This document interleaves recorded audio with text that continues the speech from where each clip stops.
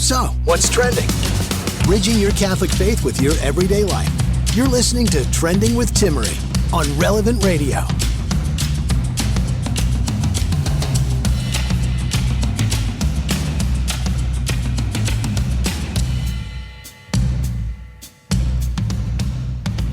Welcome to our weekly happy hour. You're here every week on Relevant Radio. Joining me in just a little bit will be the Executive Director of Integrity Restored, Jim O'Day, helping those who are struggling with pornography addiction and their loved ones. And we'll be talking about two very different topics, one of which being happiness. And from a perspective of someone who's been a trained and certified life coach, how can I be happier? Second topic, 3 reasons why porn steals happiness. So stay tuned. We're also going to address the topic of overworking. How can we make that a no more in our lives? What are solutions and why is this a problem? In fact, it's fascinating. There's a trend going on worldwide, from the United States with individual companies choosing this, such as Buffer, to Spain and Scotland even giving incentives to the government to turn the work week into a 4-day work week rather than a 5-day work week. A lot points to this making people a whole lot happier. I don't know. Do you think Americans can do this? Do you think Americans could work only 4 days a week? I'd love to hear from you. The number's 1-888-914-9149. We'll be talking about that coming up here on the show. First, I want to talk about this new trend. It's called internalized capitalism. Have you heard of this on social media, where someone is perhaps commenting about how they are experiencing that darn internalized capitalism and how it's eating them alive? It's why they can't be happy. It's why this happens and that happens. Let me give you a breakdown, because, of course, my generation, the millennial generation, over and over again, yeah, me too, Patrick. It's sad sometimes what our generation identifies as. Well, they are known for internalized capitalism. It's another one of those, I guess you could say, mental struggles that people have. I don't know how else, we have to be tactful with how we say it, but many people are talking about mental health, depression, anxiety, and so forth. Well, this is a new one for the books, and we'll have to unpack this more over the weeks as the weeks go on. But here's what it is. Internalized capitalism is where your self-worth is basically connected to your productivity.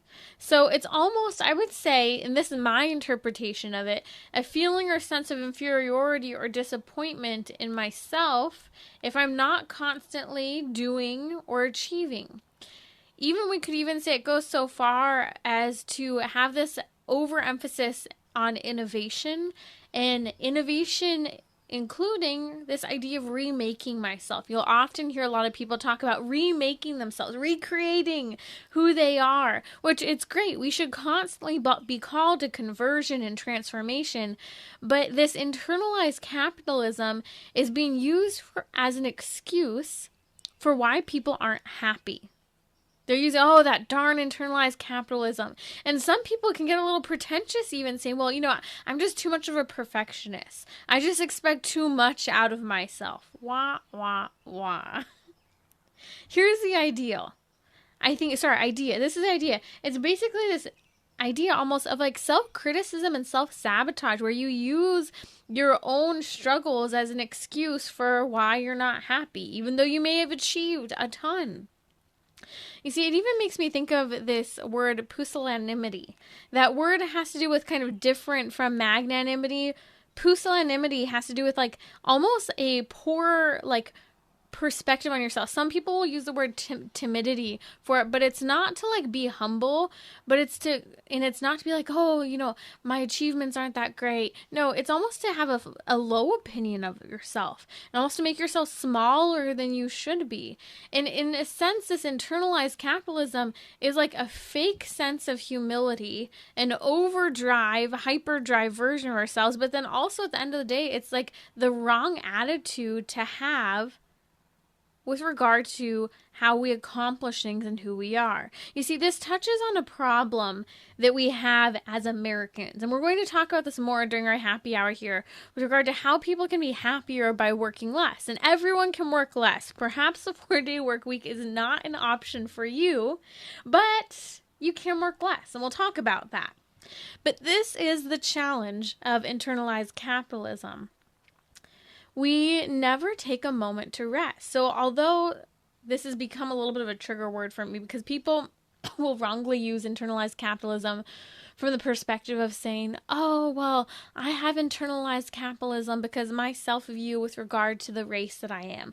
Or I have internalized capitalism with regard to my self-view of the fact that I'm a woman and I'm putting myself into stereotypes or I'm degrading myself. So it's fascinating how far internalized capitalism can go and how it gets into these radical ideologies and overemphasis on race theory and sexism, you name it. And it talks about how you can be sexist against yourself because of what you classify yourself in. But here's the reality. I think it touches on a bigger problem with regard to this confusion about self-worth and productivity ultimately. In the sense that we can never take a break in our world today. There are extremes, some people who struggle to achieve anything. But as in a culture of Americans, we tend to overwork, and we'll talk about that more. We tend to fail to savor the things that we've created. We tend to be, well, actually, we're really good at being prideful, but we're not very good at just being proud for a moment at what we've accomplished and being grateful for what we've had.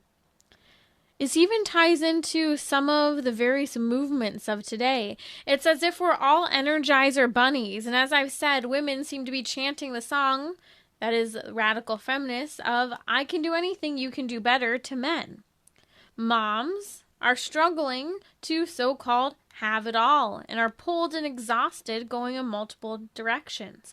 It's almost as if we're on this auto next button, not replay, auto next and next. One thing after another. You see, millennials tend to suffer from this internalized capitalism because our generation's struggling predominantly with student loans, higher than ever levels for the cost of housing, expectations placed on them especially by themselves and at times by family members, and this overall economic pressure pushing people to perform to the point where we've become human doings, no longer human beings. To the point where we identify ourselves as I am what I do, rather than I am what I am. That is what God created me as. You know, it's fascinating if we ponder for a moment. God, when he reveals himself to the burning bush to Moses, what does he say? He says, I am who I am. I am who am. You see, he identifies as himself, not by all these various things that he does. We can learn about God by his attributes. God is love. God is kindness. God is perfection. We could go on and on. But he is what he is. And we too need to simplify and allow ourselves to rest in who we are and even those things that we've accomplished. To rest and be grateful for what God has achieved in us and also what therefore we have achieved ourselves. You see, I think the solution, if we were to really ponder this for a moment when talking about this new trend of internalized capitalism, always kind of measuring our self-worth based on productivity, is to really bring to mind the fact that the robustness of the Catholic tradition, the saints who have walked before us, emphasize the importance of prayer, or at least 30 minutes of silent prayer a day. You see, you don't need some hippie trend of spiritual mysticism in pondering yoga, Buddhist meditation in order to be happy and overcome this internalized capitalism. You need the rich tradition of the Catholic faith. You also need the capacity to just say no. In fact, our last happy hour talked about that. We'll put a link to it in the show notes. Just say no. Say no when you're overcommitting yourself. Also, finding a balance of understanding what true self-care is and understanding that self-care has to do with our basic human needs. It also acknowledges we're a body and a soul, needing prayer, needing sleep, needing food. In fact, we talked a lot about what does self-care mean, because sometimes that phrase really annoys me. I did a whole show on it, so we'll post a link to that in the podcast notes for today as well. You can always subscribe at relevantradio.com/trending. And finally, but also first most, is we have to understand our value is in the eyes of God, a creature beheld by the Creator. And we have to view others in this perspective. And maybe that also means that we need to surround ourselves with people who are going to affirm us in our God-given identity and even dote on the beauty of the human person that you are. I was thinking about how disconnected we are from family, from grandparents and extended family, and how important it is that we take the time to foster those relationships, because it really is important. It's important to see that I myself am good and so are you. Why? Because God created me and I'm loved for who I am, not just what I do. You're listening to Trending with Timmerie here on Relevant Radio. My guest today is the Executive Director of Integrity Restored. You can find them at integrityrestored.com. And he helps many people who are struggling with pornography addiction. We're going to be discussing 3 reasons why porn tends to steal happiness. But as a coach, especially helping people work through their life challenges, Jim, how can more people be happy? That's a question many people have. Hey, Timmerie, thanks for having me. It's great to have you, Jim.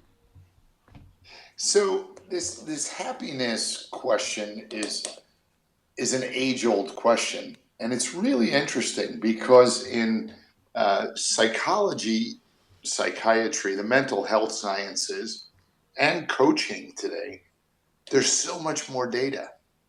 And one of the things that everybody is saying, and they're kind of shocked by it, but the pursuit of happiness can actually make you happy.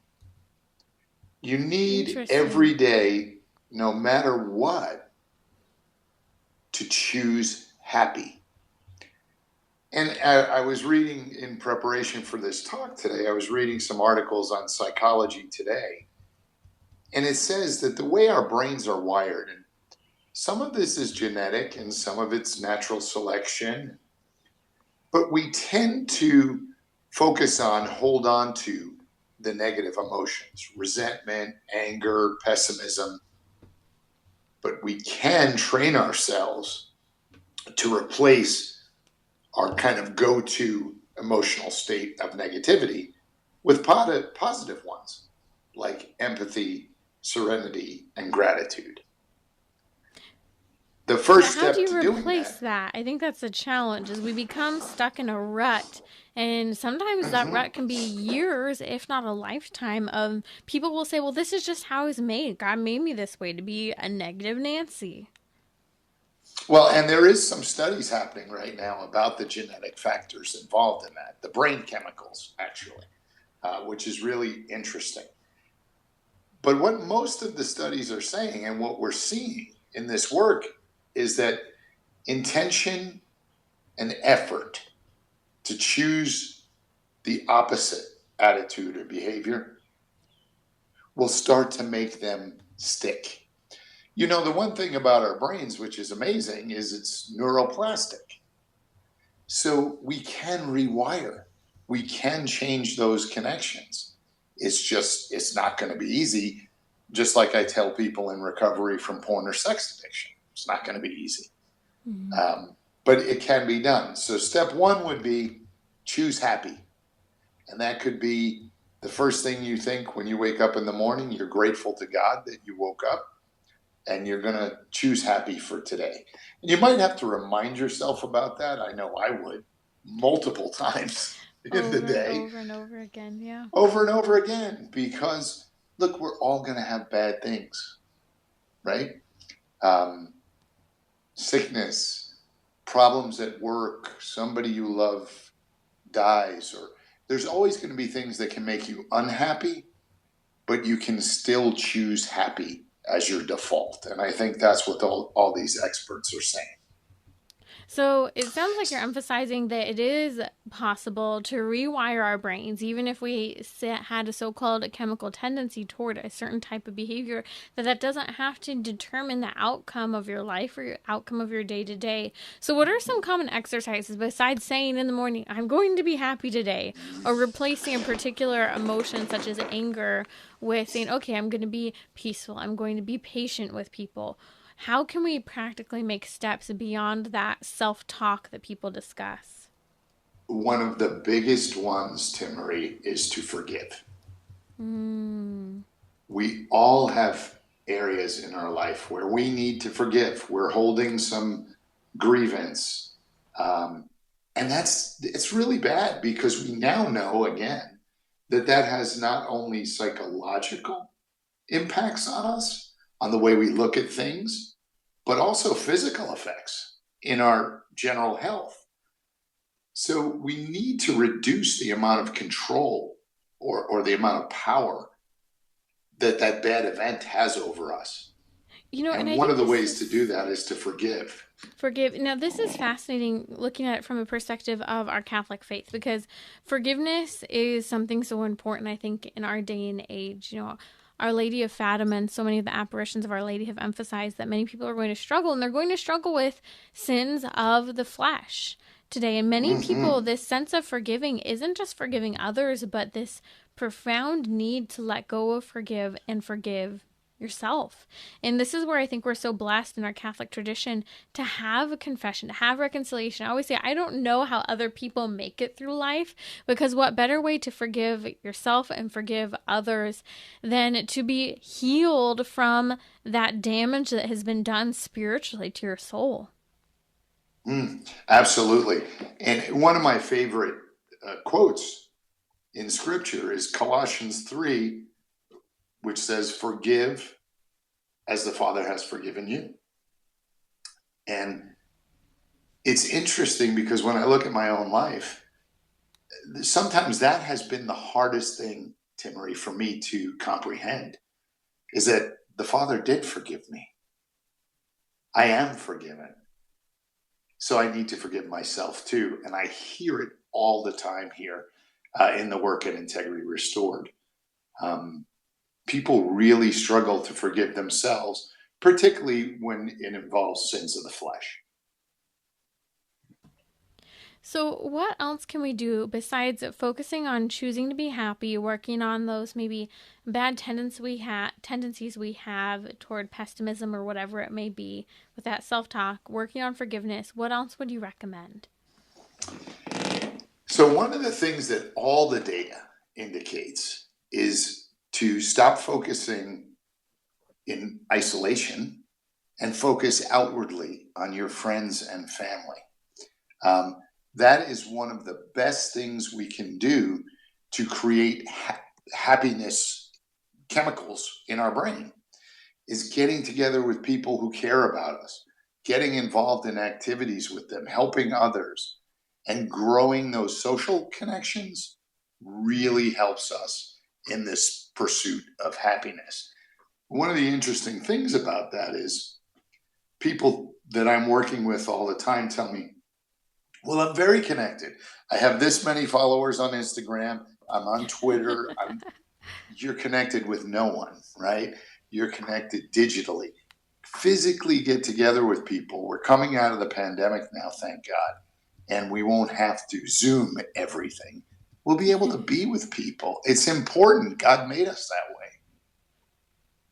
It's fascinating, because there's a lot that can be done on our own to enhance the happy brain chemicals, as you're talking about, especially to lower cortisol. I mean, it's easy to have this positive self-talk, to forgive other people, to engage in simple activities that really do transform how we view ourselves day to day. Jim, so often people say, well, how can I be happier? They ask the question, they do the research, they look for those 5 steps. We're giving you those 3 steps today, but I think that at the end of the day, Jim, it's a choice. Are we going to grapple with the challenges we face internally, Or are we just going to identify, as I was talking about earlier, this new trend of internalized capitalism and just saying, oh, well, I have a pretty low self of sense because I struggle with, always feeling like I have to do more. And so you use that as an excuse in life. Have you heard of that phrase before, internalized capitalism? No, I was just listening in before I came on air, and I was like, what is that? So I'm typing it in, I'm Googling it as you're talking. And this is going to be really interesting. I've got to do some research. It is ridiculous, in my opinion, that we have come so far down a path that our only definition of ourselves is what we do or what we have. That's terrible, because that's not who we are as human beings. That is not how God looks at us. It's a reduced view of the human being. This is why, again, I emphasized earlier the solution Jim's giving as a coach, helping people to choose happiness, to rewire our brains, and to do all of it within the context of our faith, which is a rich tradition of forgiveness, self-forgiveness, and forgiveness of others. We'll be right back during our happy hour talking about 3 reasons why porn steals happiness and much more.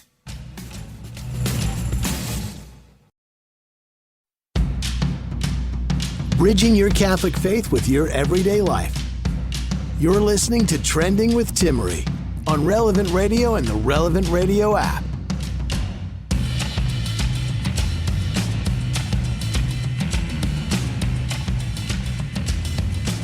Welcome to our weekly happy hour here on Trending. Grab a drink, join us. Perhaps you might be able to have it for social hour with a friend, but still join us for our weekly happy hour. Share the topics that we discussed. Last week we talked a lot about the simple idea of just being able to say no in life.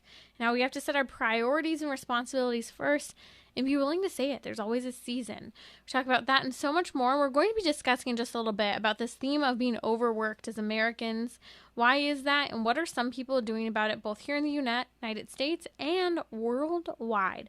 Joining me now is the Executive Director of Integrity Restored, Jim O'Day, and we're going to walk through 3 reasons that porn steals happiness. Jim, I commonly hear people say, porn doesn't affect anyone but me. What's the big deal? Can you talk to why this actually steals a person's happiness? Well, we came up with 3 reasons, Timmerie, just because you don't have a 4-hour show. Because we could come up with 100 reasons, honestly. One of the first reasons is, and I see it all the time with young children that I work with who've been exposed to pornography, and they don't know anything. These are 5, 6, 7, 8-year-old kids. They know nothing, but it makes them feel bad to see it. And I always say, that's the soul, right? So as an adult, yes, we can justify looking at porn many different ways intellectually, but your soul knows. And that shame and guilt that you feel is depression inducing. It's a weight that you're carrying all the time. Mm-hmm. And so that's one of the ways that it makes you unhappy, this weight on your shoulders, on your soul. And men and women who have struggled have told me, when I got clean, when I got sober, it was like this weight was lifted off me. Well, of course, because that shame and guilt is removed. And now you're flourishing as a human being the way you're supposed to, not addicted to this horrible substance, this horrible practice, this horrible habit that is putting your brain chemicals out of whack, destroying relationships. The next way, number 2, is sexual dysfunction and disordered expectations. So many of the people that we talk to here at Integrity Restored will tell us how it really, you think they got into it thinking it would enhance their sex life. It ruined it because they actually had physical dysfunction where they couldn't perform, or their expectations were so out of whack there was no way to meet them other than the pixels, the videos, the constantly changing partners. And unfortunately in our brains, Timmerie, I don't know if you knew this, our brains can't determine whether that's real or not. Right. So the brain defaults to that's real. So in your mind, you're not having relationship now with one person, with your wife, for example, if you're a man. You're having relationships with those 100 women you just scrolled from one video to another. You know, it's interesting when you say that because a lot of people have focused on how kids can't determine by what's real and what's not real based on technology, from, you know, cell phones, the videos they're watching on their phones, to the TV. Well, it's because of the way the brain reacts to the images on the screen, all of the lights, and the same thing's happening, but even more seriously with regard to intimacy. And so, as you mentioned, it's causing this dysfunction within marital relationships or before marital relationships even occur. You know, I was driving on the road the other day, and I mean, there was a billboard for erectile dysfunction just right there on the side of the freeway. I mean, since when are we having to talk about this as a normal thing, A, on Catholic radio, or B, on a billboard on the side of the road, or C, if you turn on any sports cast, you hear all of these advertisements? It's because porn's killing intimacy, it's killing proper function, and it's making people depressed. Oh, there's no question. There's no question. And you know, there was an interesting study some time ago out of the UK where they are now prescribing those medications to kids as young as 14 years old. Ooh, whoa, Because, okay, hold on a second. An adult medication having to do with sex performance they're giving to 14-year-olds? yeah, well, it's not, yes. And I'll tell you why. Because these kids are watching so much porn. Their brains are shutting down all these different receptors because they've been overwhelmed with chemicals. And so the boys are suffering from PIED, porn-induced erectile dysfunction. Now, the problem with that is as you sleep as a man throughout the night, you tend to get erections, Right. which have nothing to do with sexuality. It's just in order to keep your body healthy, blood flow wise. They're not getting them. And so they have to be prescribed this is these a big pills. deal because we're talking about kids who've recently gone through puberty, whose bodies are learning how to function, should be functioning properly, and we're giving them, via their devices, this ability to completely damage long-term the basic human functions of the body. And we're not Correct. talking about intimacy now, we're talking about keeping the body healthy. Like, Jim, this is unbelievable. Once this begins at a young age, do we have studies and information long term if this can be overcome, or what's happening to these kids years later? Not yet, right? And part of the problem is none of the doctors, these studies that I was reading, none of the doctors said this, like, to me, the simplest thing. Just stop watching porn. Simple, right? No, they didn't. No, that never came up. It's, well, let's try this medication and this dosage, and we'll do very, very small dosages every day to make sure everything's working. No, stop watching porn. And boy, I promise you, whether it's 30, 60, or 90 days, it will fix itself. It's self-regulating. That's how God made us. It will work. There are certain things that happen years later. People look back and they'll have this aha, St. Paul eye-opening moment, and they'll say, no one ever told me. This is what we're saying. We're telling you, but we're not just telling you. We're telling you so that you can talk to your kids and tell your kids. I can't tell you, I've been at, Catholic events with, kids who, are in bunk rooms, and there ends up being an issue with the kids doing things they shouldn't be doing, the boys specifically, in their own boys' dormitory rooms. And someone will say, hey, someone needs to say something about this. And it's as simple as saying, you're not supposed to do it. It's not right. This helps kids at an early age appeal to that natural sense of conscience where they understand one side of pleasure and one side of guilt. Help them to understand the guilt is there because it's something they're not supposed to be doing. And if you need to explain in an age-appropriate way, do so. But I think it's so important that we're having these conversations, because the whole theme today of our show is that these are 3 reasons why porn steals happiness. So, Jim, if someone's struggling with a pornography addiction, they want to overcome it, they want to resolve any of the fallout that's been created in their body and their emotions and their mental health, what can people do to move on and move forward? So here at Integrity Restored, we first of all visit integrityrestored.com. We have tons of resources that will help you, but we recommend 3 things.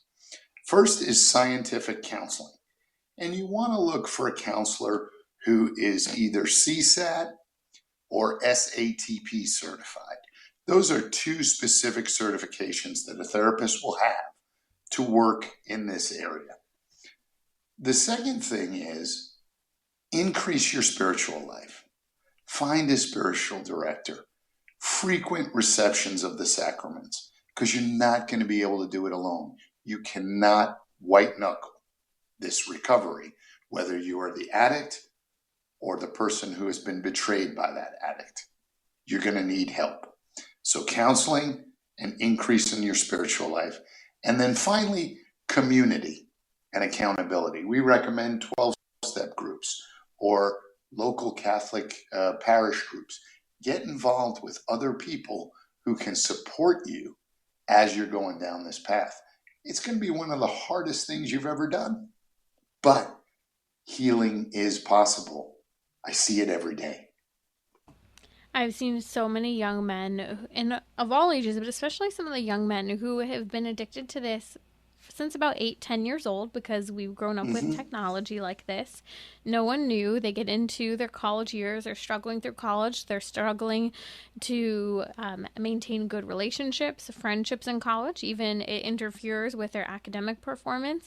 And then it's ahead where someone who talked about faith, talked about the science, helped them understand why they were struggling, and then they've overcome the pornography addiction with this 3-fold approach of faith, science-based counseling, and community, as Jim is recommending. Jim, what other resources can people find at Integrity Restored? Can they find resources to types of counselors to access?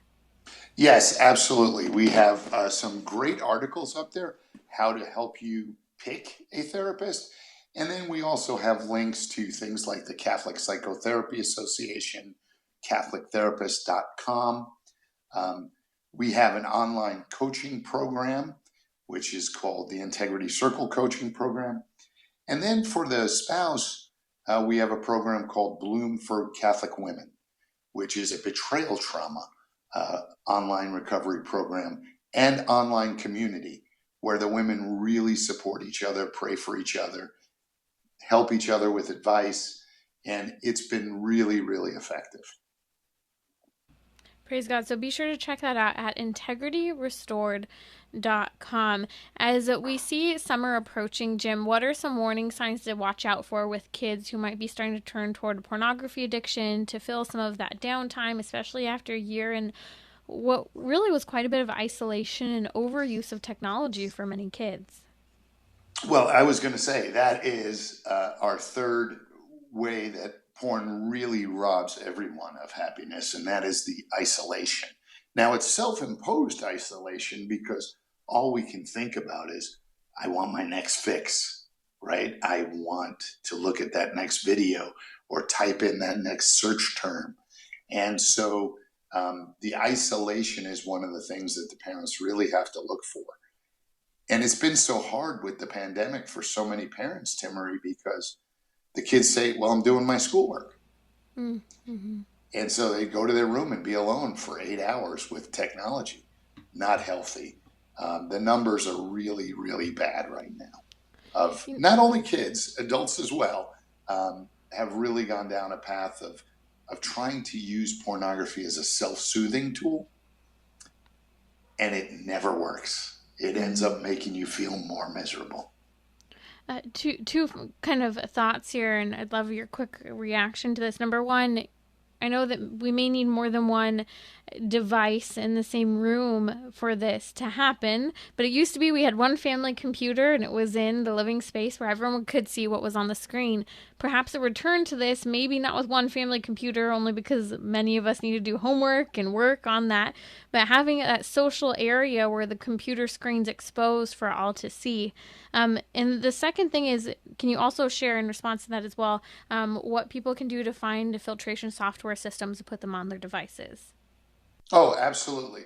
The first thing is, it's common sense, right? When we used to say, put your computer in the family room or the living room, and that way everybody can see. Today, yes, we still recommend that. It's just not that effective, because if your child is going to school, going on the school bus, playing for a school team in the locker room, somebody's got a cell phone, they're going to share it with each other. So you have to approach this as if your child will be exposed outside of the house.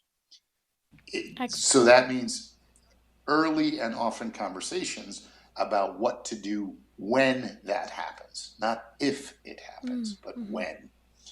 The second thing is to put all kinds of whatever you feel comfortable with. We at Integrity Restored recommend Covenant Eyes as a filtering and accountability software. So it's not only going to filter out the bad stuff, but it's going to send you a report every week on every device that's on that program that's going to say green, yellow, or red. If it's green, it's good. If it's yellow, questionable, probably like swimsuit models or something. And then if it's red, obviously, it's pornographic content.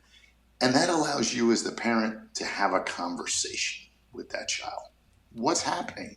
Why is this going on? Do you need help? Did you just inadvertently stumble across something, which can happen? But it gives you the tools as a parent to know what's happening virtually in your home. And if you use the promotion code Integrity30, you'll get a free 30-day subscription to Covenant Eyes to check it out. Integrity30, the number's 30? That is correct, Timmerie. Okay, yes, Integrity it's Integrity30. And it's a great product, really helps parents manage what's happening. Fantastic. I tell people all the time, we lock the windows and the doors at night, but we don't lock the technology, and it's letting in these terrible things that are really geared to attack our children and our souls. Resources for you in your home. Check out Jim O'Day's work at integrityrestored.com. Also, again, Covenant Eyes is that porn filtration software and accountability software, should we say. Use code Integrity30, that's the numbers 30. We'll post information to that in the podcast notes today, found at relevantradio.com/trending. You're joining us during our weekly happy hour. We'll be back here to discuss how we will be overworked no more. And it shouldn't be the government, as some countries are implementing a 4-day work week, or some businesses are, but we can take control and have some solutions on how to become less workaholics and more funaholics.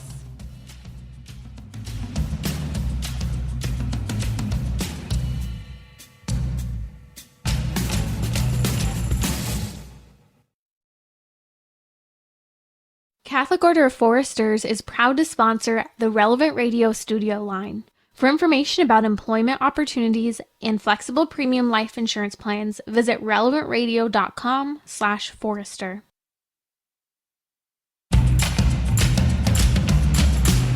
So, what's trending? Bridging your Catholic faith with your everyday life. You're listening to Trending with Timmerie on Relevant Radio and the Relevant Radio app. What do you say, a 4-day work week or a 5-day work week? Okay, we might raise our hands on the 4-day work week, but could we really do it? I mean, could we actually do 4 days of work and completely disconnect the others? We can't even disconnect for a 2-day work week. We can't even disconnect in the evenings from our work. Americans are well known to work harder and longer than others. Well, I don't know about harder per se, but let's look at some of the numbers, because I do think it's interesting. Are you overworked? Are you tired? Has this become a problem for you? Maybe it's really been right in the face for you, a clear issue since COVID and the overabundance of different additional things in terms of family matters. And you found that family really does matter more than you realized before, and you want that time back. But you created habits of workaholism. You've created habits of not really knowing how to take a vacation, how to leave work at home. We'll discuss that more now during our weekly happy hour. So here's what's fascinating. The United States is known to be the most overworked developed nation. Just one example of this that we see, and we're just comparing data specifically for women here, in 1960, 60 years ago, 2 out of 10 moms worked. Today, 2020, we know 7.5, I don't know how you split a mom in half, but 7.5 out of 10 moms, 7 out of 10 moms work full-time. Now, it's interesting because as we look at this, if we look at data in terms of, well, how long do people work?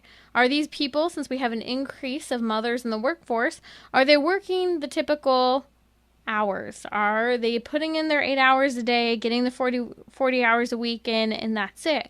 Well, in fact, we've actually seen studies that show 86% of men, so really almost 9 out of 10 men put more than 40 hours a week in. But we've also seen that nearly 70% of women, nearly 7 out of 10 women, put more than 40 hours of work in as well. So we're seeing is overall there is a trend toward more people at work, less people with family, less family time, and more hours worked than is necessary. Or is it necessary? That's the challenge. The question is it necessary? Have you ever heard of a law? It's this habit of law. It's an age-old adage of Parkinson's law. This idea that your work will basically expand or decrease into the allotted time given to it. So if you give a task a full day, it'll take a full day. But if you give that same task a full week, it'll take a full week. But let's say you procrastinate and you give the task only 2 hours. Well, it'll only take 2 hours. This is Parkinson's law.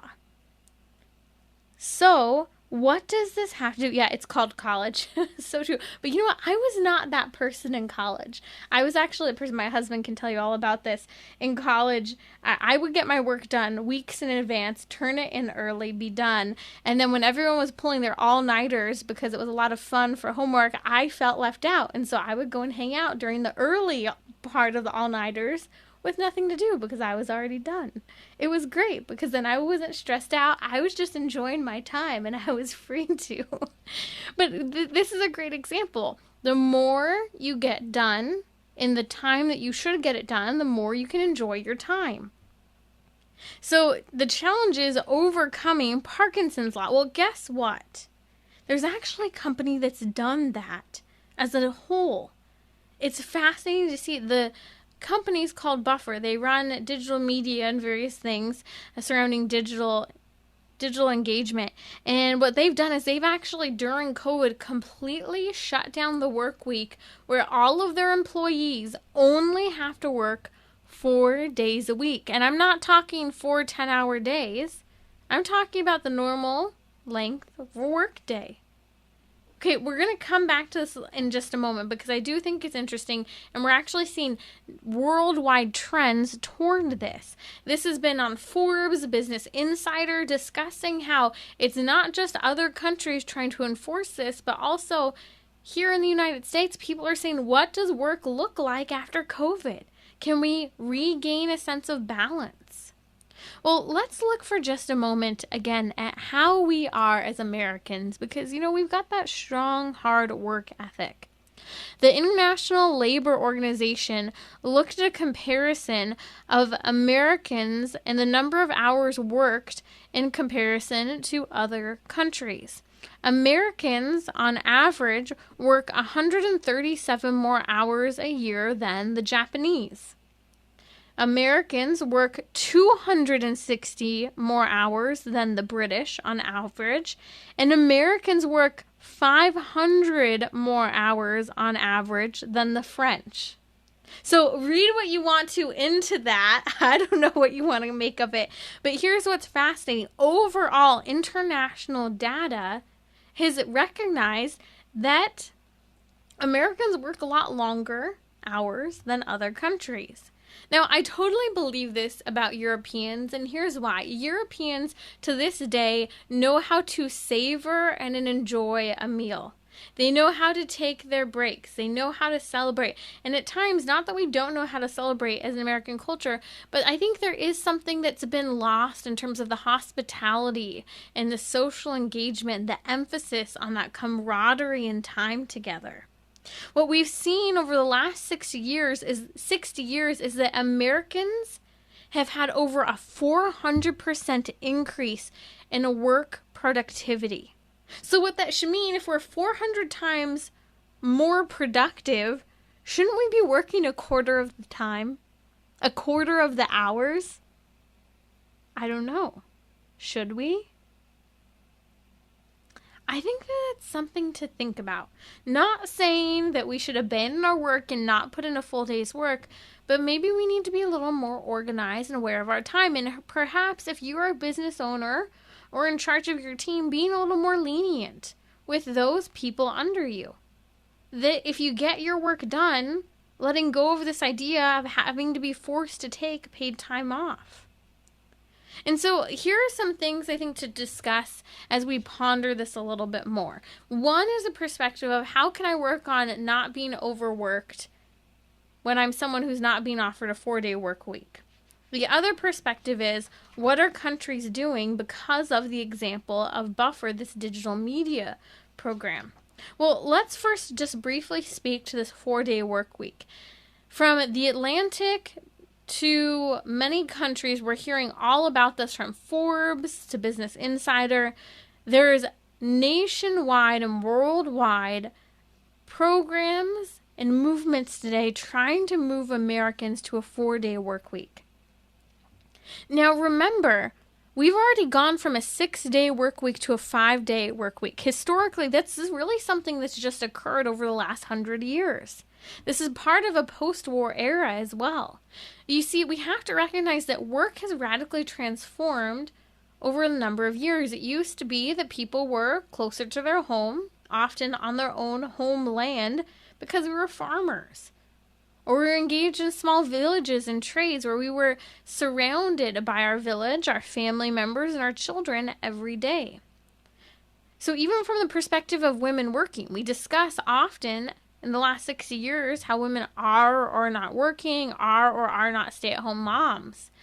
In reality, women have always worked, but it's not been in the way that we see the work environment today. Similarly, dads actually, unless they had a far-off job that they were traveling for, were actually around their children much more, which is why we're having to compensate today for more father-son bonding and quality time, for better quality face-to-face time with parents and children.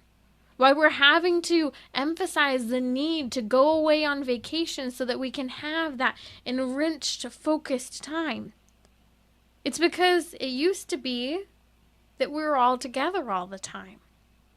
And so there's something to this 4-day work week that many people are picking up on. The digital company Buffer found that productivity wasn't just good, but at times it was better when they reduced their employees to 4 days a week instead of 5 during COVID, let them work from home, and still paid them the exact same amount of money for working one less day.